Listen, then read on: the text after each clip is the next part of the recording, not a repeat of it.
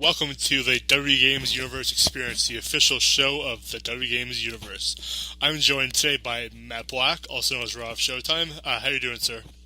I'm doing good, man. How are you doing tonight? Not too bad, man. WWE games. There are about 4 games that are in big discussion, but we're gonna start with 2K16. So, 2K16 coming out. It's what, October 28th? 27th. 27th. Okay. 27th. October 27th. It's actually the same day as Halo 5, but Yeah, not a good date there, 2K. however, that is a good thing. That means it guarantees midnight launches worldwide.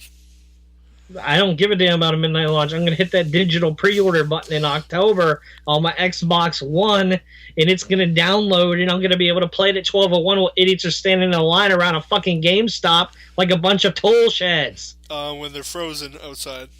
And you're Digital pre-orders are the future. Do it. Alright, and hopefully they do the season pass thing again this year.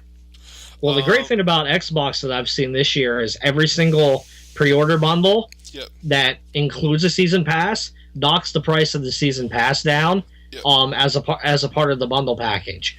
Like, I got Arkham Knight with the season pass for 90 instead of 100 because I pre-ordered it. I'm not sure if you do Xbox Live Rewards or not. Did you do that? I do, yeah. I noticed for I think COD, they're giving you $10 back. Yeah, if you buy digital. So hopefully that's a trend. Dude, Call of Duty, I can't even talk about that franchise with a straight face. No. Okay. Just go away, Call of Duty. Your time was up about 3 years ago.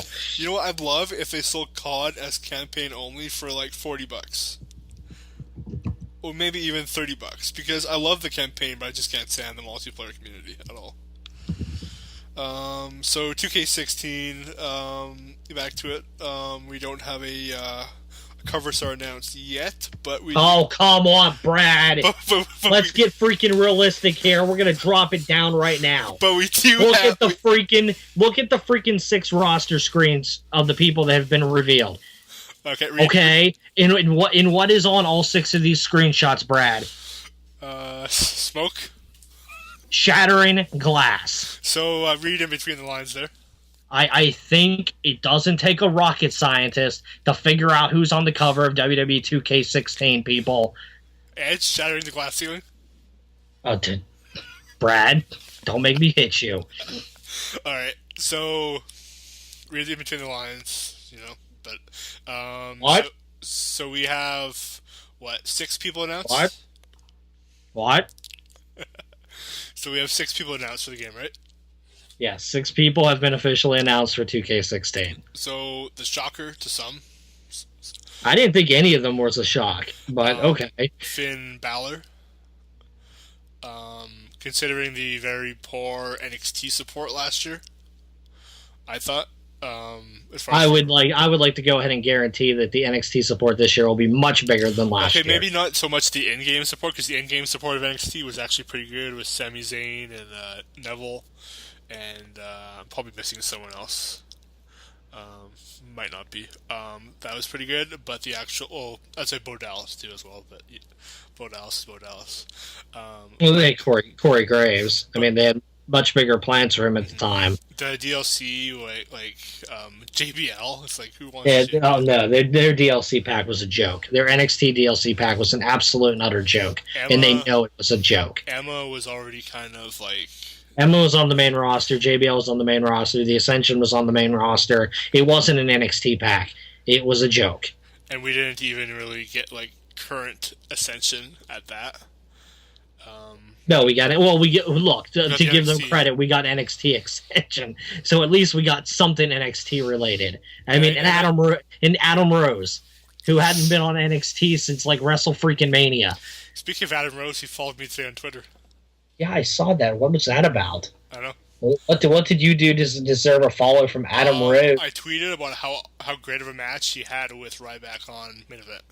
Oh, well, did he really, or are you just blowing smoke up his ass? No, they actually had a really good back and forth match. All right, I'll have to check it out. So did Naomi and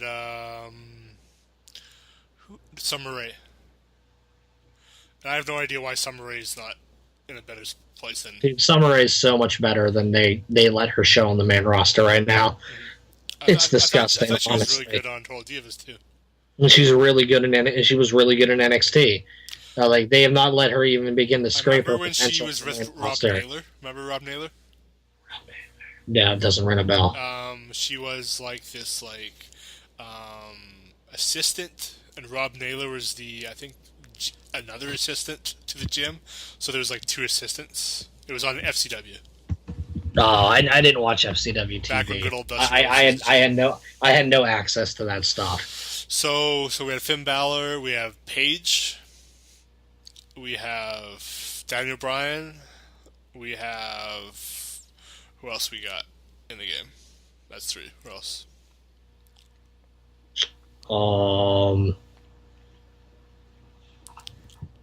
You serious right now, Brad? You don't have notes? Bad News Barrett. Bad News Barrett.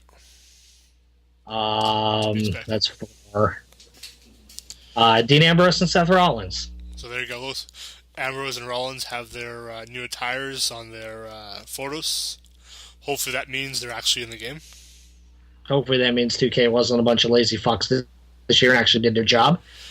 Because I've seen different render photos and different in-game characters before.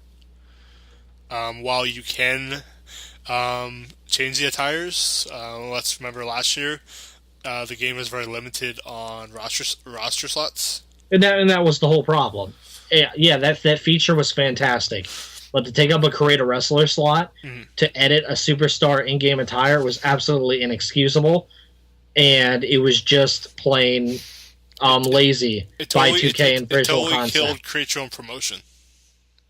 Yeah, we couldn't even do that. We didn't even have a create an arena last year. Yeah, that and then like there wasn't even enough slots to actually for the actual WWE itself, let alone because by the time you updated the wrestler's attire and downloaded a few people from NXT, you didn't have any damn spots left.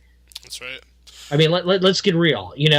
There's a reason why all the YouTube guys and the Twitch guys aren't playing this game anymore. I wanted to do a Twitch and YouTube for WWE 2K15, but every time I load up the damn game, I sit there and look at the freaking main menu, and I'm in disgust because I don't even want to play it. Out of the last 5 WWE games that have come out in the last 5 years, I've played this game the absolute least. The game is pretty, and other than that, it's a piece of trash. And they better come back with a great game for 2K16 because this community is not going to accept another pile of shit 2 years in a row and expect to come back on the third. And some decisions they made with some of the match modes, it just made no sense at all. Absolutely not. No ladder match without a TLC. And the problem is, I guarantee you they didn't even know. Because the team that they have working on these games are absolutely clueless. The guy that's in charge of WWE Games now, so after they fired Corey Ledesma, is some jabroni who ruined the MLB 2K franchise and now is ruining the WWE Games franchise, who doesn't even watch the WWE product. He doesn't know what he's doing, and he's in charge of our franchise. It's a joke. Yeah, hopefully, I don't know, hopefully someone clues him in. Yeah, well, that's obviously not going to happen. So, let's see here. Don't really know too much about 2K16 other than the roster. I would imagine we'll probably get a cover announcement probably in July-ish. And I would predict a craptacular pre-order bonus to go along with it. And yeah, that's it for 2K16 pretty much. I just hope that they add some life into the universe mode, because I felt that, like, I remember a few years back they would have subtitles or even a bit of voiceovers, but it just felt like you're just playing match after match after match after match. Yeah, they're promising this year to be the largest roster ever, which I'm sorry, at the end of the day, if there's no replay value to your game, means absolutely dick. And the bigger the roster, the less slots too as well for like attires. Hopefully they fix that attire thing. Because all I know is they can't afford to fail 2 years in a row. Because I don't care how they did with sales, and look at the reviews, and you've got your picture painted of how poorly 2K15 did in the eyes of reviewers and the community at large. And I know 2K is of the opinion that they can, dilly dab and do whatever they want, and at the end of the day, the community and the diehards are going to go out and buy the game no matter what. But you've already burned us once. And if you burn us again on October 27th, I can damn well guarantee you by the time 2K17 comes out, no one's going to want to buy your damn garbage anymore. The unfortunate thing is, like, people that would completely support the game and basically celebrate it are now like being like, I'm not buying this game again. Yeah, and it's getting bad. And it's becoming a widespread problem. This is not an isolated incident. All you have to do is look out to the community to see the disgust and disdain that this franchise has happened in the past year. And it's awful because 2K doesn't care enough about the community to reach out to them for help because they think they know better than everybody else and they can do it on their own. But when the head of your game is a person that isn't even a fan of the product, that doesn't really bode well for the entire division itself. I don't know about you, but I have a ton of problems downloading community creations in that game right now. I don't really have a problem with community creations per se, but the online itself, trying to play online with friends is absolutely atrocious. Yeah, it's more of a frustrating headache than anything else. And that's one of my favorite things to do every year is get online and play with you guys. But the online sucks so bad I don't even want to do it. If you do a simple Twitter search for WWE Games, WWE 2K community, you'll see that everyone is having this problem where it's mainly on PlayStation. I've had better luck on Xbox, but on basically it would just say the server is down for maintenance, and you've been disconnected from the server. And I can maybe download one or two creations, and then I have to go back to the menu, and it just won't. It's not like it lets me connect. I have to actually wait for the icon to become lit again. And I'm just sitting there for like 5 or 10 minutes for it to go back up again, for me to get the same error again. That's awful. Yeah, it's and there's no excuse. Honestly, Brad, in your opinion, of the last 5 years, from SmackDown vs. Raw 2010 to WWE 2K15, what were the two best WWE games in the last 5 years? As far as for overall like server quality, it's probably 2K. Okay. Look, I will totally give you WWE 12 server quality wasn't very good. 2K14. But if you take away the online, every other aspect of WWE 12 was on point, and it was on point because of the community involvement that helped shape that game that year. The same thing with 2K14. I mean, that's why both WWE 12 and 2K14 were probably the two best WWE games in the last 5 years, because the companies at that point reached out to the community and asked for help. And they were not embarrassed to ask for help, and they wanted feedback, and they wanted to help make the game better, and they cared about the product. And now, unfortunately, the only thing 2K cares about is making sure they have people going out there so they can talk about their game on YouTube and get a whole bunch of views on it, because they really don't care about feedback. All they care about is eyeballs on the product, whether it's good or not.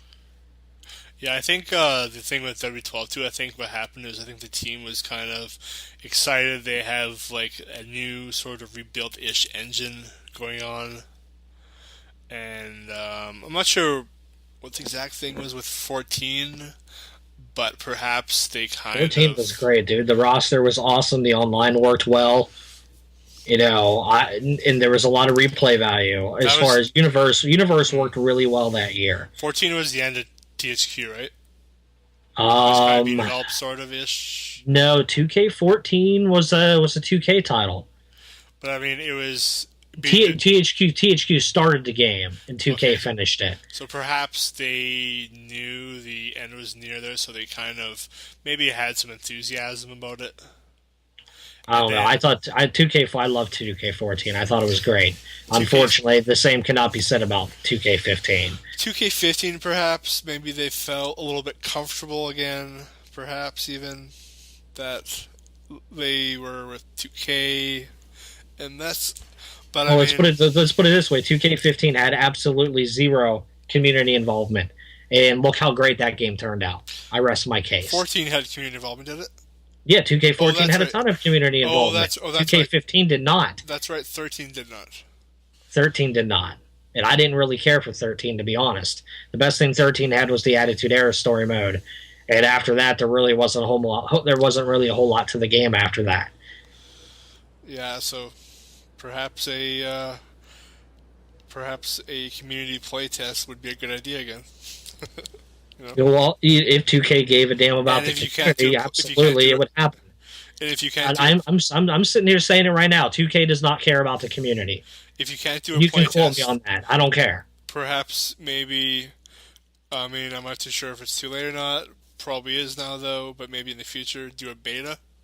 It's way too late at this point. Even if they were to hear this and decide that they want to bring people in and they want to do a play test right now, It's way too late at this point in the game to bring us out to have any impact on the game this year at all. All we would be able to do is give feedback and advice on how they can fix things for the following year's game. Because this game, looking at the date right now, this game's going to be done in probably 2 months. Yep. So by the end of August, early September, this game's going into bug testing mode.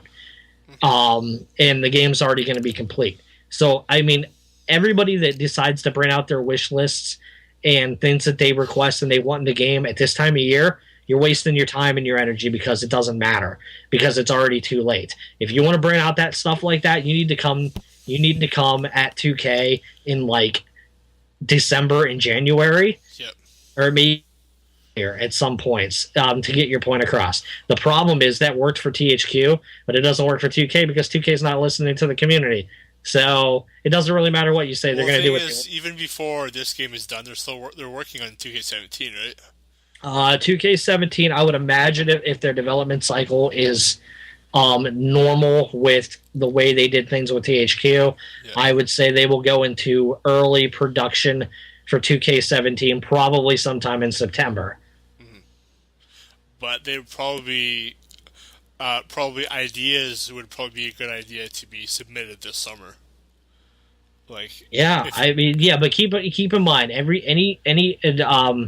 any feedback that you're trying to give right now that you're hoping to see this year, it's not going to be there. And if it is there, it's not because you suggested it. It's because somebody told them that last year and they actually did it.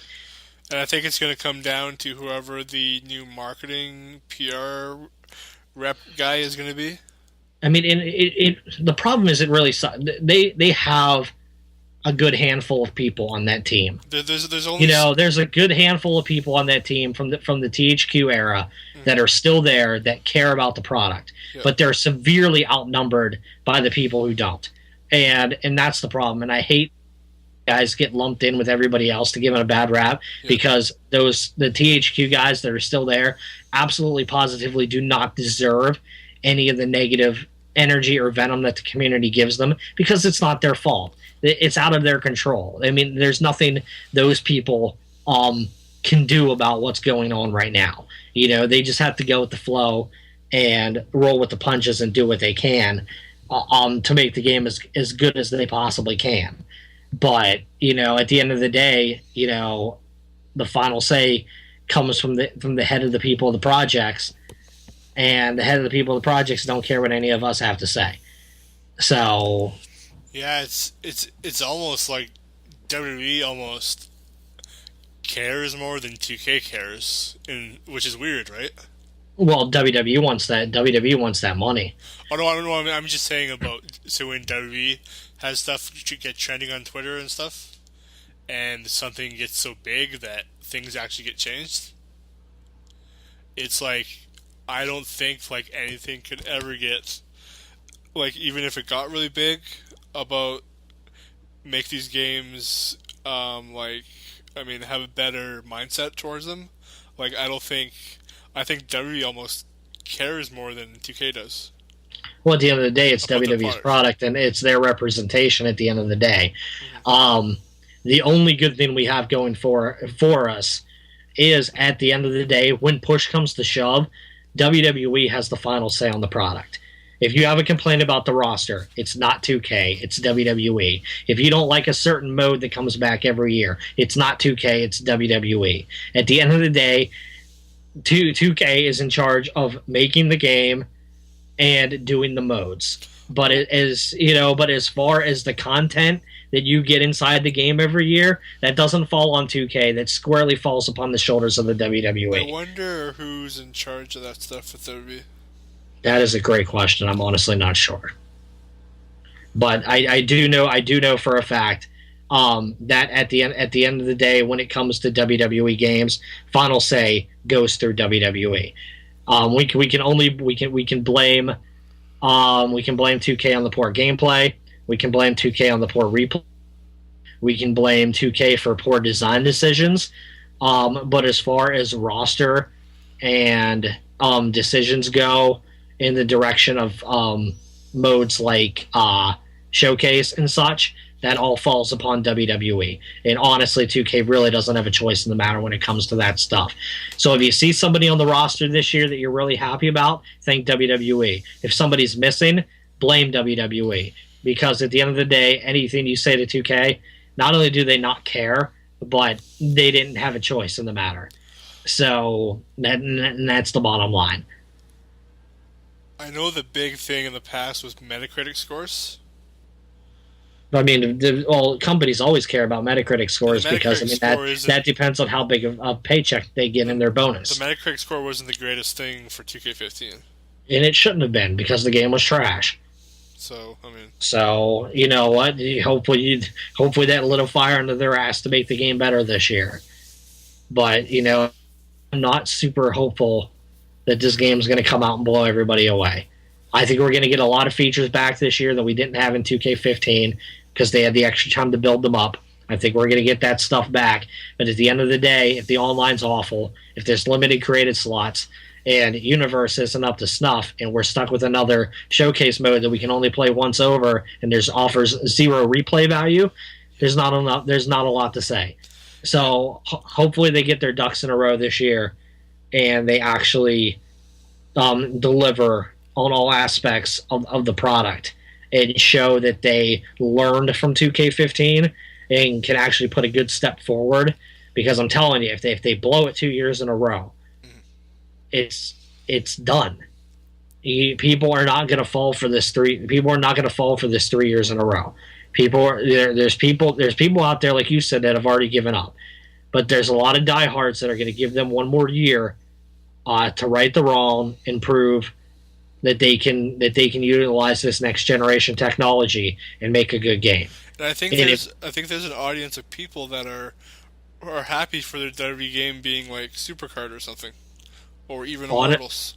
Honestly, dude, I played more Supercard and Immortals this year than I played 2K15, and that's awful to say. But even as basic modes as Supercard had when it first launched, it was still offered more replay value than 2K15 did. Yeah, I just like to see the create a match back again.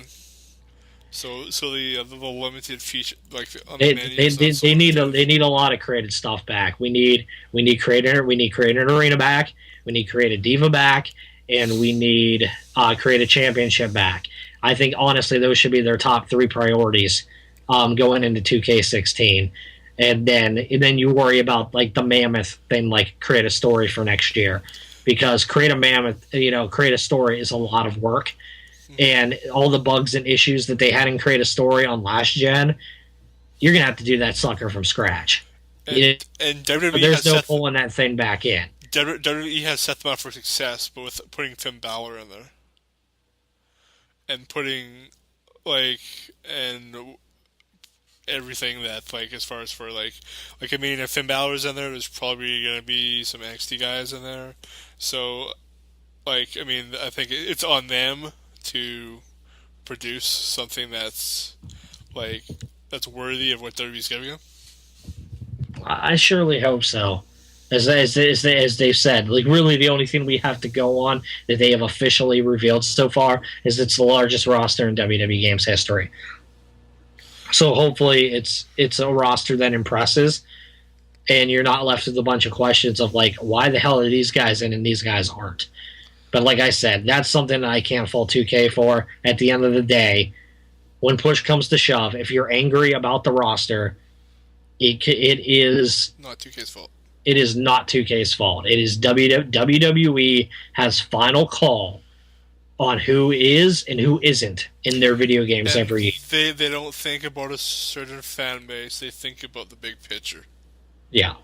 Their big picture of and it's not necessarily what's happening now, right? Sometimes it's what's going to happen in the future. It's like what they're planning. Perhaps they have a storyline for a certain wrestler, and perhaps they might be not being used now, and that certain wrestler might be used in the future. That's real, but hopefully they. There probably won't be any releases, hey, this year.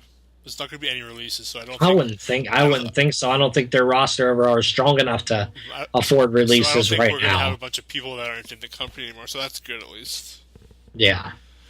And with some NXT stars going on WWE and stuff, going on the main show. While I expect the NXT roster on 2K16 to be much bigger than last year, I still think it's going to fall under the same circumstance that 2K15 had. It's an extra. That while it's better than last year, it's still not enough. And I think honestly, at the end of the day, we're going to miss out on some important NXT talent that isn't in the game. That everybody's going to be left asking, why the heck aren't these guys in? And you could definitely say at that point, if we have NXT roster issues by the time the full roster is revealed, we can pretty much know Triple H isn't having final say on the WWE Games product. It's probably Vince McMahon, pal.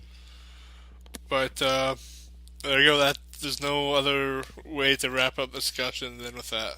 So be sure to keep checking out WWE Games Universe.com for continued coverage of WWE 2K16, as well as make sure to like this video and subscribe to our YouTube channel, and follow us on Twitter at Twitter/WWE Games U for everything in WWE Games Universe.